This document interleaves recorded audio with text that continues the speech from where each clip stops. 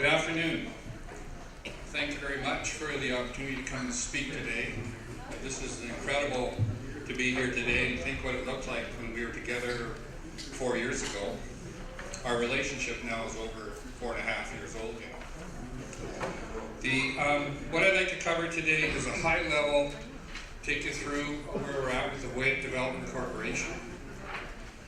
The couple things that we have done and want to make sure is trying to figure out ways to get information for you to look at, information that is fairly confidential. So a couple of things we're doing is we're going to be setting up reading rooms in each of the 3 locations.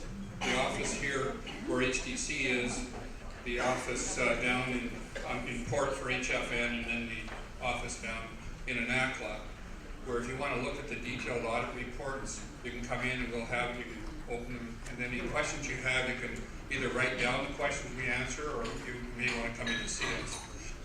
Also, I'm going to figure out how we could do this same kind of thing in Vancouver, because the idea is to allow you to look at confidential information in a fashion that still protects the competitiveness of the corporation. Speaker on the floor. We've had a very good time in this last while related to business reviews, looking at how we're doing, but one of the most important meetings that took place for me was we were invited to come in and meet with the chiefs and to start talking about forced practices on TSL lands. And so that's opening the door as to the future planning, and we're quite excited about that. What I'm going to cover today relates to the business and the financial management, employment, and training. So those are the things that I want to really get into detail with.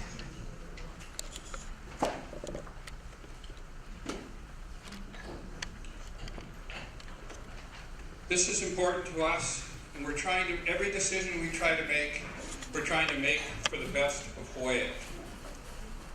It's an inclusive type decision.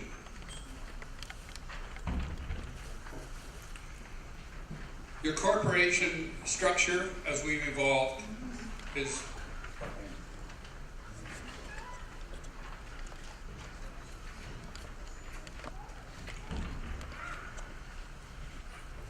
basically the chief executive officer.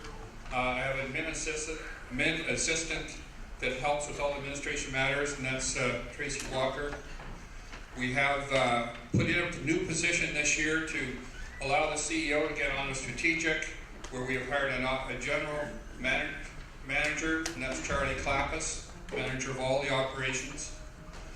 We also have brought in a business planning consultant, and that's Cynthia Rayner, for a 1-year term contract to help us produce more polished products related to business plans. And she has now worked on the next generation of the campground, our plan what to do with the float house, a plan on gravel, and so those kinds of things are now going to the board, but it's all part of our ongoing planning. I consolidated management down in Anakla. I called Pachina Bay manager, and that's Sarah Johnson plus a bit.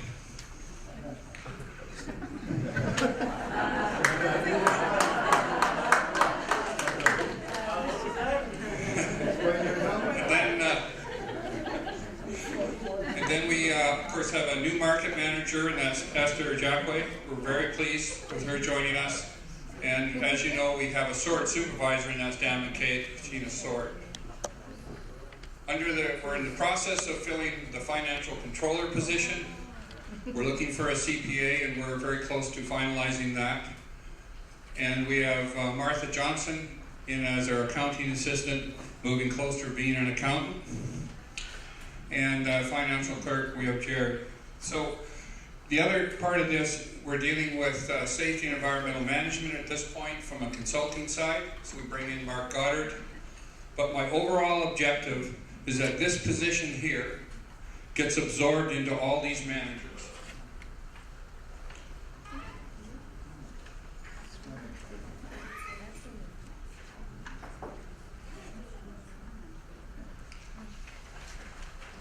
This is a very high level on the businesses, because I'm in a 15-minute time frame, but question and answers, other detailed information, whatever time we have, or even later. With regards to our profitable businesses right now, it's forestry, fisheries, and this year we have moved the campground into a profitable business. So it took us 2 years of investment at the campground, and this year we have increased revenue by about 60%. And with the restructuring I've done on the management of the Kachina Bay businesses, I've been able to bring labor costs down, and so we're now benefiting from what we've done to the campground. And I brought the plans, if you're interested in details, if you like looking at those kinds of things, to see what we've done to date. And now we're working on what the next steps are. So we're very pleased about that. Showing promise, the market. Not on the bottom line. I have no disagreement with what Marty said. It's a big issue we've got to do something about, and we are doing something about it. But showing promise in the sense of how it's starting to sit into the community, the potential it has in bringing the communities together, and the fact that we own that real estate, and that real estate right downtown Banfield is going to be a very valuable piece over the many, many years. The gravel business is ready to go. Showing promise there really is integrating the gravel business with the way it's infrastructure than other businesses. That's why the gravel business doesn't make money right now, because there isn't the business, but you still have to pay the rent, that kind of thing. But we are looking at a small investment to be better putting in local deliveries and that kind of thing into the community. The area of what I've called community services and contracts is, of course, our very impressive West Coast Trail crew and that contract that we have with Parks Canada. And with that new contract, we ended up, which is about $100,000 a year that we get to pay for the crew. We also captured another $60,000 this year on special boardwalk construction projects. We also provide, of course, a service, I call it, because it's not profitable, that you can get gas, and also with regards to providing firewood. The economic development projects, I have on the back an update on the suite of microhydro, and we're working on, I've already mentioned the float house and the campground expansion.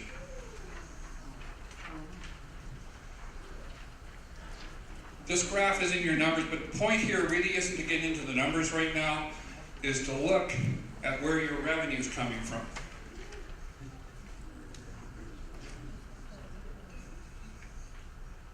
As you can see, forestry is significant compared to the other businesses. So forestry is up around been around the net revenue of $3.5 million. So that's profit, that's the net revenue. And the other businesses are down 100,000, that kind of thing. Look across, and the market is just underneath about $1 million, just under $1 million. So the importance of this is what we do and continue to sustain this with sustainable practice, but also our longer term planning, as well as growing the campground. The fisheries, it's licenses we lease out every year, so it's kind of a fairly, it's like a mutual fund unless there's a real uptake, but it seems to be fairly consistent. It has come down because the sardines decided not to show up a couple of years ago, so that has affected that revenue by $60,000 a year. And then the market, and then the West Coast Trail.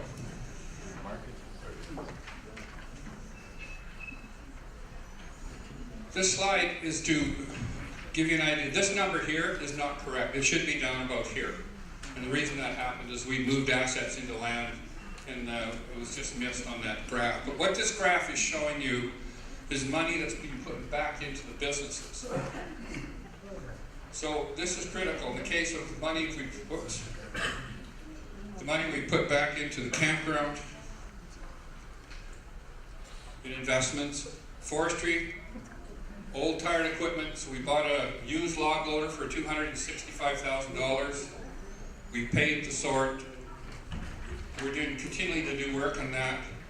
The gravel business, small improvement on some equipment. And also we expanded the gravel pit. Lands, this is where the market assets sit, the real estate. and other assets sit in there related to the campground. And then so this, just to give you an idea that money is going back in, and we've only really had an opportunity to do that after I turned around after year 3 and into year 4 here. Because prior to that, we didn't have the cash to do that kind of thing. And it's critical to keep your businesses efficient and healthy. The other important part follows this is employment. So basically, these are the numbers for the year to date. So that's a 6-month kind of number. And then this is what the numbers look like on an annual basis. But one thing is this payroll. So this is the number of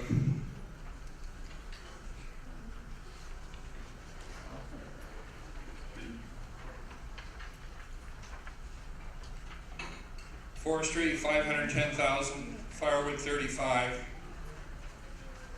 Forestry training, 109,000. The reason I show it that way is I've been tracking what training costs, and I want to give you an idea of that and the very important part about training. The campground, 90,000. Gas bar, 17. West Coast Trail, 94. The market, 221.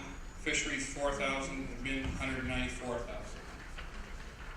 That's good, but what we have to do is make sure we know overall we're profitable as a corporation, but we've got to continue to work on the areas that aren't making money, but we are paying wages, so there is that balance there, but we've got to get these things to at least break it even and moving ahead.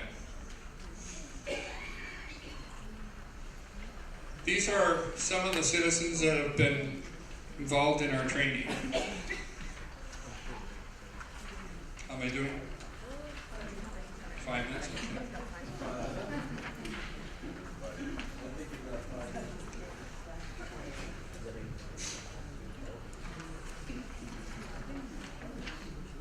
So we got Dwayne Jr., we got Andy Clappus, we got Tyler Nookamus, we've got the A.W. Neal going out to plant trees with us. That's for the education side. And then we have Patrick. I'm going to show you just a couple more pictures, then get into the main message of our training.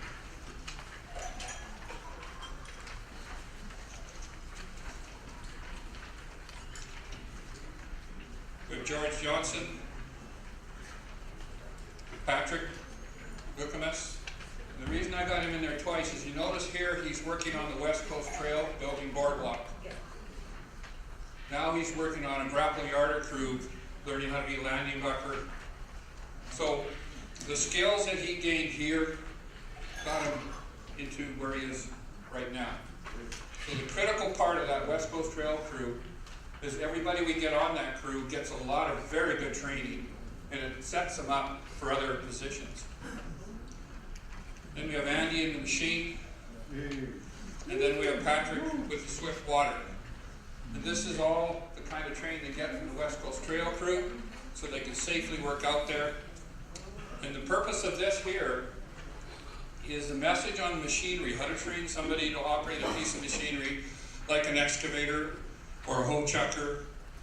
And the one I want to get, the next one I want to get citizen trained on is a feller buncher. So if you know what that is, it's a mechanical way of falling trees. Most of it in the future that we harvest will be second growth.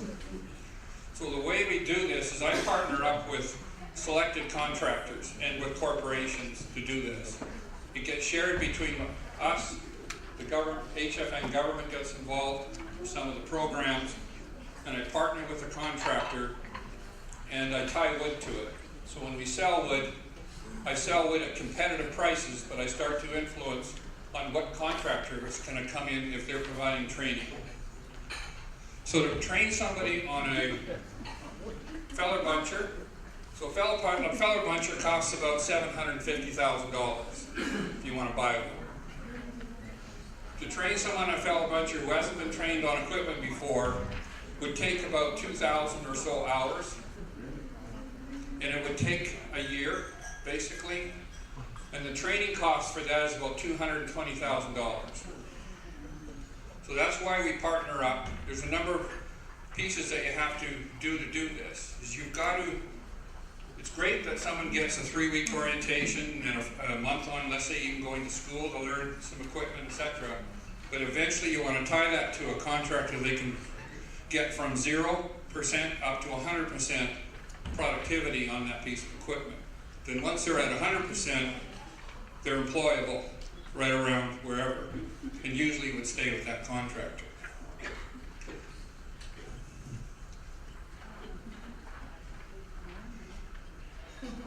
So we got Craig Charlson, who's at chef school right now, working down at the market. Rick Parcher is working on being mentored to training to be a scaler. And George Johnson, you heard George? I've heard George wants to start picking up on that. Then you got Dwayne Sr. You got Kevin. There's Andy again. He gets lots of shots. This is to do with work on the trail, and this is to do with taking out our boardwalk. But basically, with the picture, in the sense of there's higher degree level of using power saws. And this is Patrick down here, and so this is where they're working on the grapple yard crew. The reason I brought Andy in again is that with the contractor that we're working with right now, he's moved from working on an excavator, he's driven a rock truck, he's now done log loading, and he's done hoe chucking. So once you get someone to a level with equipment, they become more mobile in the sense of moving around, and the agreement I have with the contractor is to do that, is to make sure that this experience happens, and to make sure the experience happens on the more difficult part of using the equipment.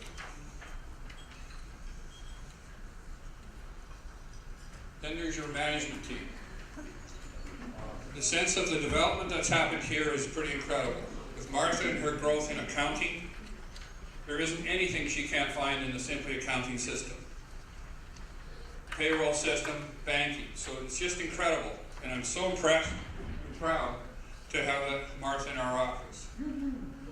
Down in Anakla, when I asked Sarah if she would take on a management type trainee position, she got into management pretty quickly on taking on all the Anakla business in the campground. And it's been very successful, and the numbers show it down at the campground. And then we've moved now to a general manager position so that we have someone that's taking on overall operational responsibility, which we needed so the CEO can be working on the broader strategic places. So we brought Charlie Clamps in. So that's part of our management team. But that's just to give you an idea that every one of these levels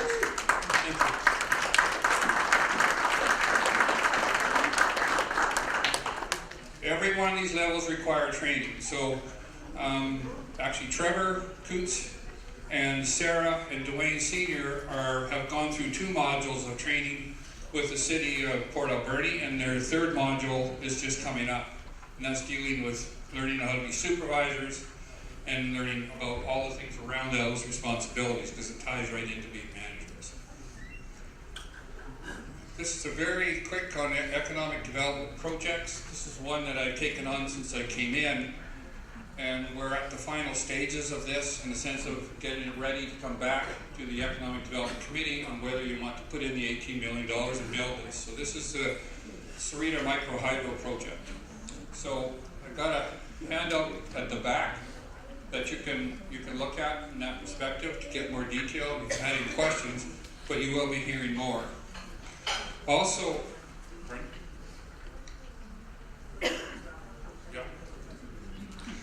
also in the back, from the last community grounds, we were provided with a number of questions that were asked.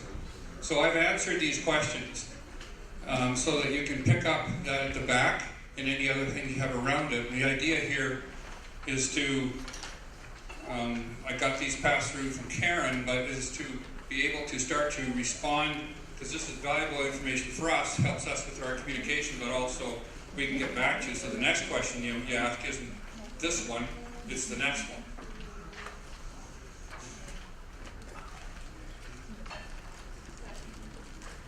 Bottom line, we do have an open door policy. If you have questions, comments, and suggestions, please come and talk to us. And we will be sending out more information on how you can go access some more confidential information following this meeting. So that's it. Thank you.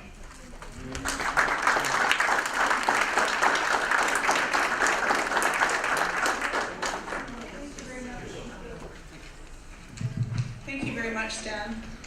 Always appreciate the photographs and the visuals of what our folks are doing out in the field. Is there any quick questions of Stan? Looks like we've gathered up some more of our citizens that are here, so that's great. Jeff?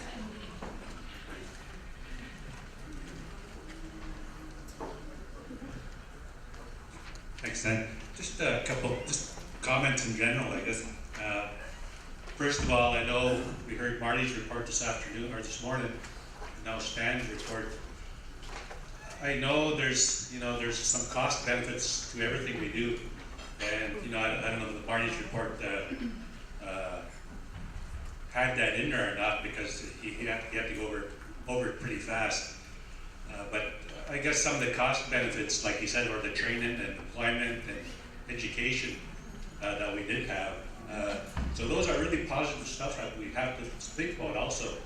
And also some of the, I know there's comments on negative, we're deeply in debt, but also we've acquired assets with that debt.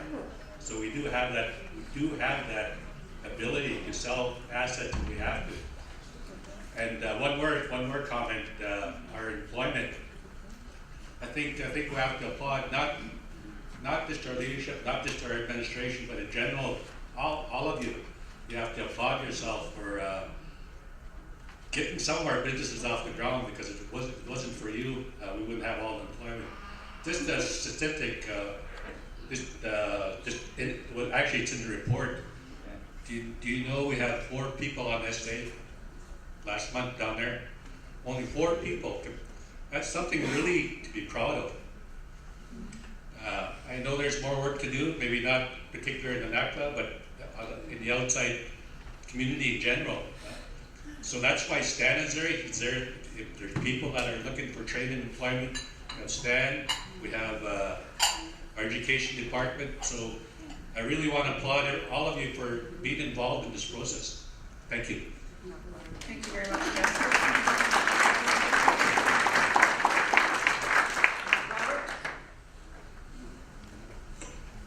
Thank you. I want to make some similar comments to Jeff, because I like to, that we put our positive hat on and looking at what we're doing. And it's really good, Stan, to get this report, because a lot of times we hear that,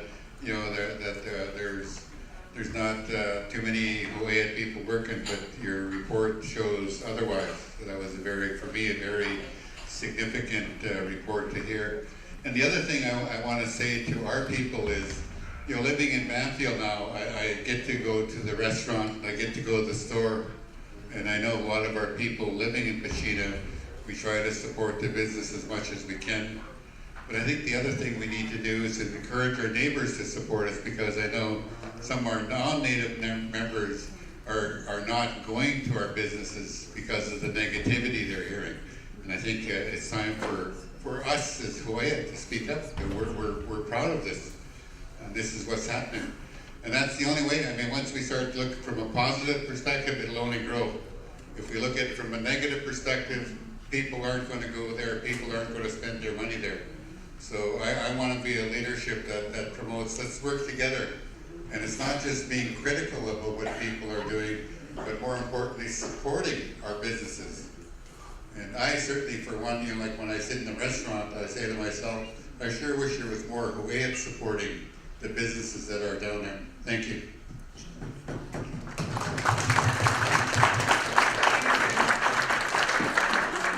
you very much, Robert. Stan, again, great report. And I'm speaker, so I'm not really supposed to get involved in the conversations, but I have to, just to say, as chair of the Board of Businesses, I really want to commend Stan for the work that he's done. It's been a long haul since you started. You've been under contract with us, and Stan has told us that he is not going to be renewing his contract. come January. So he's been helping us with the recruitment process and finding somebody else. And Stan has not been a stranger to us. He's very much a part of us as Hoyt, and has his heart with us and with our businesses and the work that he's done over the past years. So really like you all to join me in thanking Stan. He's not going to totally go away, but his contract with us is going to end in January or February, I think it is. So Stan, hands raised to you. Thank you so much for all the work that you've done.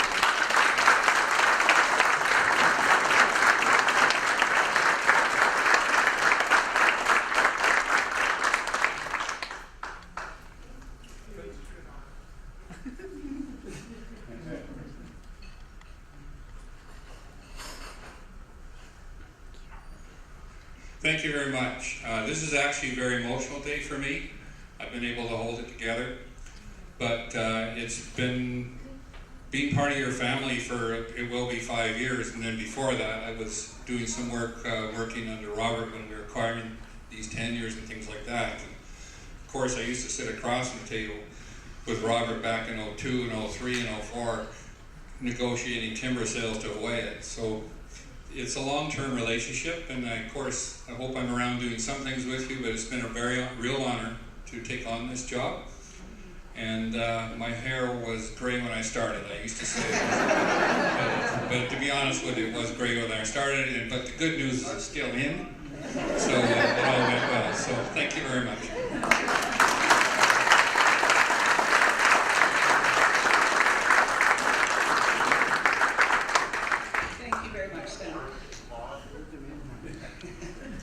Okay, we're moving along on our agenda. Well, just as we go, I just wanted to acknowledge other board members that we have in the room. Val Bellwood, one of our citizens and owner and operator of Benjamin Moore, sits on our board. Thank you very much. And also John Mass, business person from Banfield, very good friend and person who helps us. We also have Bob Bruff, who is a forestry person and a systems expert that sits on our board. And as you heard earlier today, Corey McIntosh as well from McIntosh, Norton and Williams. So thank you very much to all of them also for the hard work. Okay. Should we start a couple of comments to make before we move on?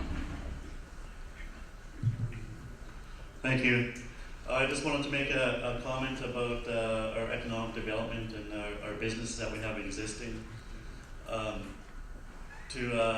We should, when we have the opportunity to put our ownership and our label to the businesses to show that the business exchanged hands, for example in Banfield, and we should be putting welcome figures up, for example, or something to show that we own that business, and not only that business but other businesses. That's just one comment I wanted to make. And Stan mentioned early on in the report that he did some work with our hotware, and I just want to share 3 things that's on our site from the role that we play on behalf of our tribe, on behalf of our responsibility that we carry to look after and take only what you need for future generations. So in that, one of the things that came out was fisheries is a real high priority for our tribe and in our territory. And we used to have 35 salmon producing streams within our territory. So that we know that, and that's a huge concern. And we know the efforts that we were putting forward in regards to enhancing and protecting our resources in fisheries and rivers. And so we let the working group know and our forest company know that the hereditary chiefs, we want to look at riparian management, how that's working, and where we can, and if we can make improvements on that, because we've said when you go home and you start watching the heart of the people, we said we're going to meet or exceed existing standards, so we want to look at that. The other one is cedar requirement and inventory. We want to know, the hereditary chiefs, we want to know how much cedar is left in our territory, so we can, we heard that we outgrow the House of Hawaii already, and so, in that 20 years down the road, 40 years down the road, 80 years down the road, we might have 3 houses of Hawaiians, and we're going to need to have that inventory out there, standing trees, old growth cedar. So when when time for the next generations to do what we did when we built our house in the way, that opportunity will be there for them as well. So that was the second one. The third one was the principle of what my dad always carried was what you take out, you put back in. So I just wanted to share, the three priorities that we want our forest company to look at in terms of protecting and looking after it and taking only what you need, because it's our land now. And we have to make sure that when we move forward in regards to businesses and talking about the resources, that we not forget about the principles and responsibilities that we have to our lands and resources and our ancestors. Chew.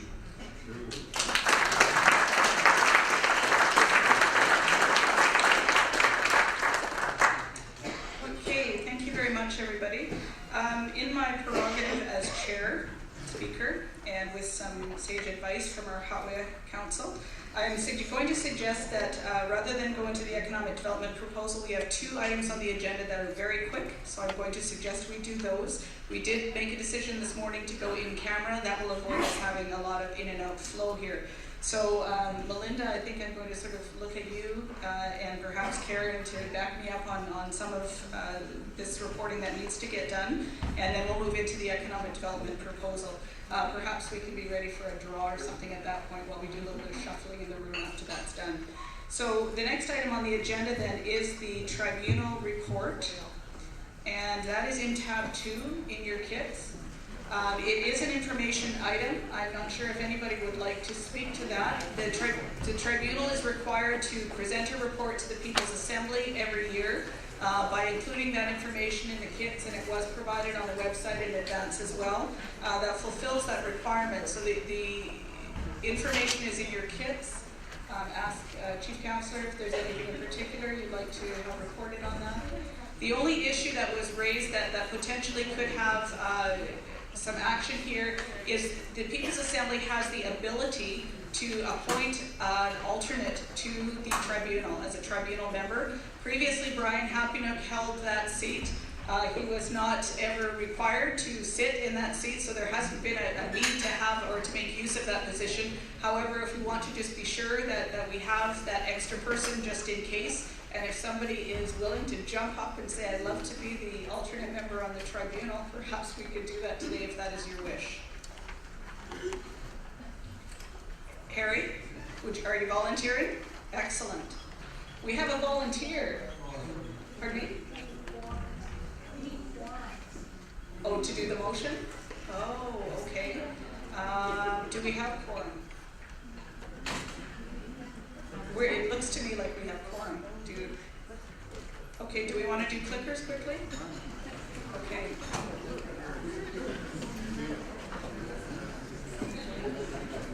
Okay, everybody grab your clickers.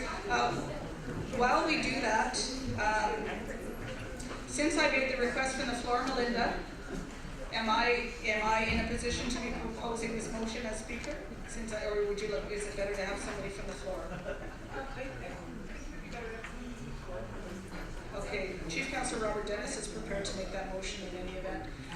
So I have a motion, whereas it is open to the People's Assembly to appoint an alternate member to the tribunal who would assume all of the powers, duties, and functions of a member who was unable to perform his or her duties because of incapacity, resignation, removal, or death under the Tribunal Act.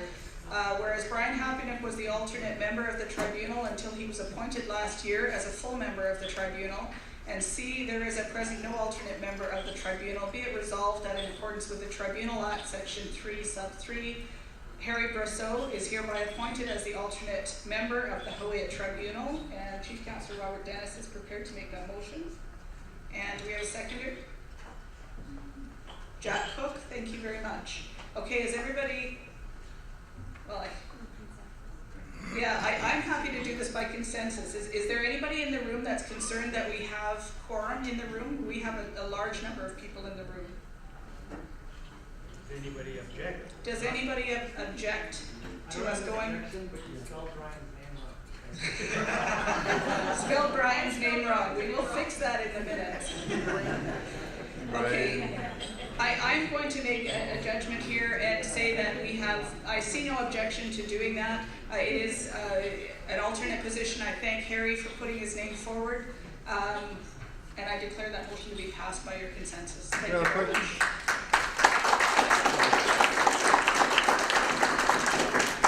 I'm sorry, Simon? Well, that's okay, that's okay. Are you sure? I was just asking, what does the person have to do to get on a tribunal? What's the qualifications? Melinda, are you able to help us with that? What is the qualifications for being on the tribunal?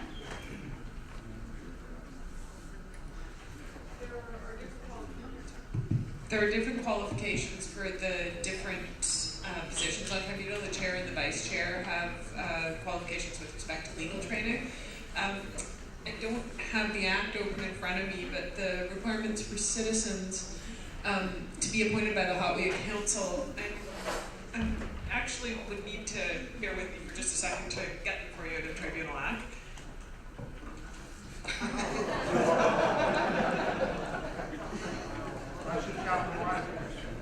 Karen, while she's doing that, do you want to gear up for a draw? What about 40 pounds?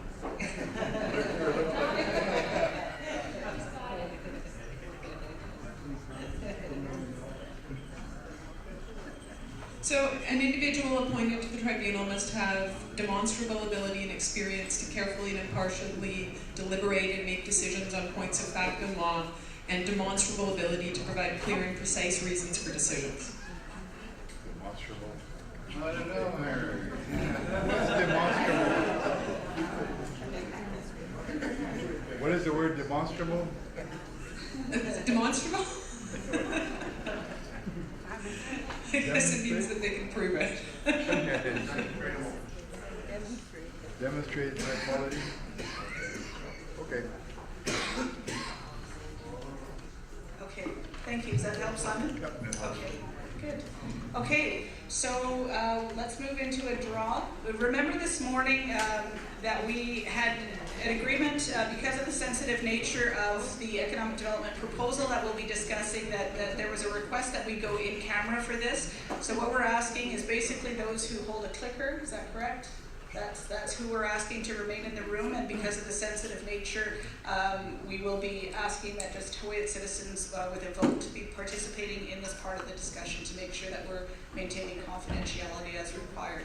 So anyone who is not in that position, we would respectfully ask if you would rejoin us at dinner time, because we will move to adjournment after this. If we do any further business, which there is none on the agenda, we will make sure that our Whitlock will gather you back up. But there is dinner tonight, there is a cultural night tonight.